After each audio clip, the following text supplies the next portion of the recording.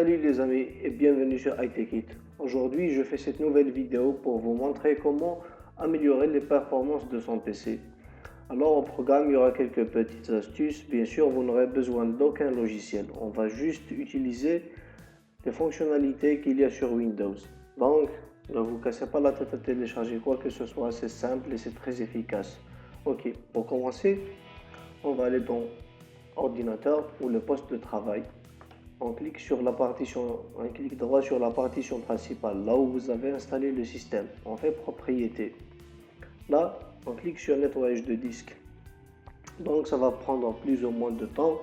Cela dépend de la quantité de données à nettoyer. Donc ici, qu'est-ce que ça va faire?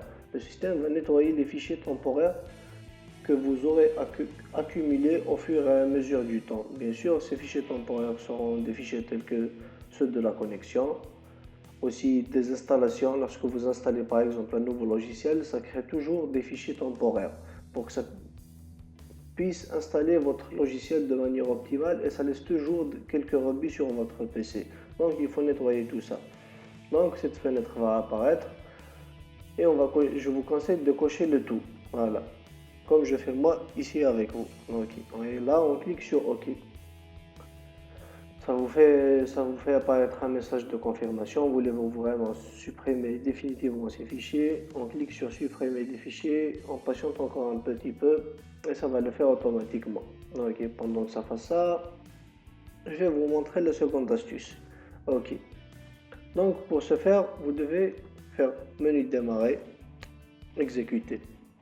Donc si vous n'avez pas ce petit bouton là, c'est pas grave, il y a le raccourci clavier fenêtre R pour vous afficher cette fenêtre. Ou bien sûr, vous voyez une autre méthode de le faire, on fait juste un clic droit ici, propriété, on va dans le menu démarrer, personnaliser et on coche ce bouton, commande exécuter. On clique sur OK, OK et ça va vous l'afficher ici. Allez, OK. Donc on écrit ici msconfig, c'est une commande du système. On va aller à l'onglet démarrage, voilà. Ici, donc cet onglet contient les différents logiciels et applications qui démarrent avec le système. Ce que je vous conseille de faire pour avoir un démarrage rapide de votre système. Il faut désactiver toutes les applications qui ne sont pas nécessaires. Et bien sûr, il faut prendre soin à laisser ce qui est important. Par exemple, vos pilotes, les logiciels tels que pour le Bluetooth, si vous en avez besoin, le pilote de la carte graphique et le son, bien sûr. Si vous avez d'autres pilotes ou d'autres périphériques que vous utilisez, je vous déconseille de les décocher. Donc, ce que je vous conseille de cocher là, à éviter au démarrage, il faut juste décocher ce dont on n'a pas besoin. D'accord. Je vais agrandir un peu l'affichage pour que vous puissiez voir ce que je désactive. Par exemple, là, je vais désactiver Adobe Update Startup Utility. C'est le truc de mise à jour d'Adobe, j'en ai pas besoin. uTorrent, je n'ai pas besoin. Google Chrome, Viber, BlueStacks, tout ça, je n'ai pas besoin. Catalyst Control Center, c'est pour ma carte graphique. Ça, c'est important. Le Bluetooth, j'en ai besoin. Ça, Install Shield, regardons, il est installé. Je sais pas ce que c'est, je le désactive. En tout cas, s'il y a des soucis après, je réactive ça. Pour ça, il n'y a pas de problème. Sinon, voilà, pour ça, c'est fait. On clique sur OK. Et voilà, c'est fait. Il se pourrait que ça vous affiche un message vous disant si vous voulez redémarrer maintenant ou après, cliquez sur redémarrer ultérieurement. Ok, maintenant je vais vous présenter la troisième astuce qui consiste à augmenter la taille du fichier d'échange. Alors qu'est-ce que c'est que le fichier d'échange? Disons que le système va utiliser une partie de votre disque dur comme une RAM.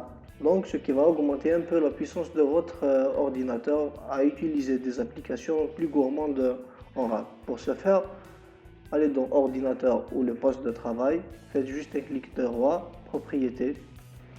Nous allons ici paramètres système avancé. Paramètres système avancé là. Dans la section performance, on clique sur paramètres. On va vers l'onglet avancé et dans la section mémoire virtuelle, on clique sur modifier. Donc par défaut, ça coche gestion automatique du fichier d'échange pour les lecteurs. Ok, on décoche ça pour qu'on puisse la régler manuellement. Et on fait sur taille personnalisée. Donc, comment choisir la bonne taille? Là, le système vous dit recommander. Si vous regardez bien ici, alors pour la taille initiale, en mégaoctets, on va écrire ce qu'il nous recommande. Là, pour moi, c'est 12162. Ok, 12162 mégas. C'est l'équivalent d'à peu près de 12 gigas. Voilà. Et la taille maximale, je vous conseille juste de faire la taille initiale et y ajouter 100 mégas. On va faire donc 12262 mégas. Voilà. On clique sur définir. Alors, n'allez pas penser que augmenter la taille du fichier d'échange va augmenter votre puissance du PC. Il y a une limite à ça. Donc l'idéal, c'est de choisir un rapport de 1,5 de la RAM qu'on a. Pour moi, là, j'ai 8 Go de RAM. Donc pour le fichier d'échange, je vais choisir 12 Go. C'est une fois et demi. C'est 8 Go plus 4 Go. Et voilà. Ne faites pas plus et ne faites pas moins. C'est ce que je vous recommande. On clique sur OK.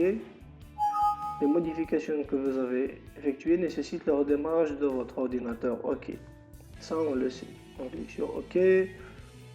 Redémarrer ultérieurement.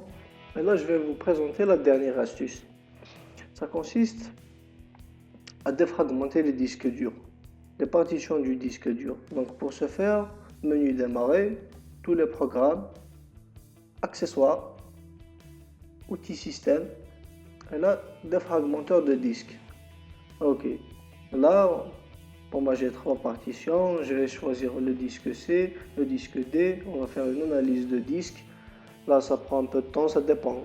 Cela dépend de votre disque dur, à quel point il est fragmenté. Ce que je vous conseille par contre, c'est de configurer une planification pour que la défragmentation se fasse automatiquement.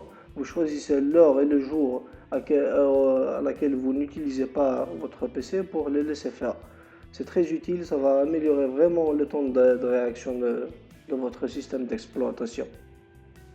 Ou sinon, si vous ne voulez pas l'activer ou configurer une configuration manuelle, je vous conseille de le faire assez souvent, une fois par semaine, une fois par 15 jours. À cet intervalle-là, il faut le faire. C'est très important pour entretenir votre PC et avoir le maximum de performance. Donc pour moi là, c'est 0% fragmenté. Donc tout est OK, tout est bien. Pour vous, ça peut vous faire que c'est peut-être à 5%, 10%, ça dépend.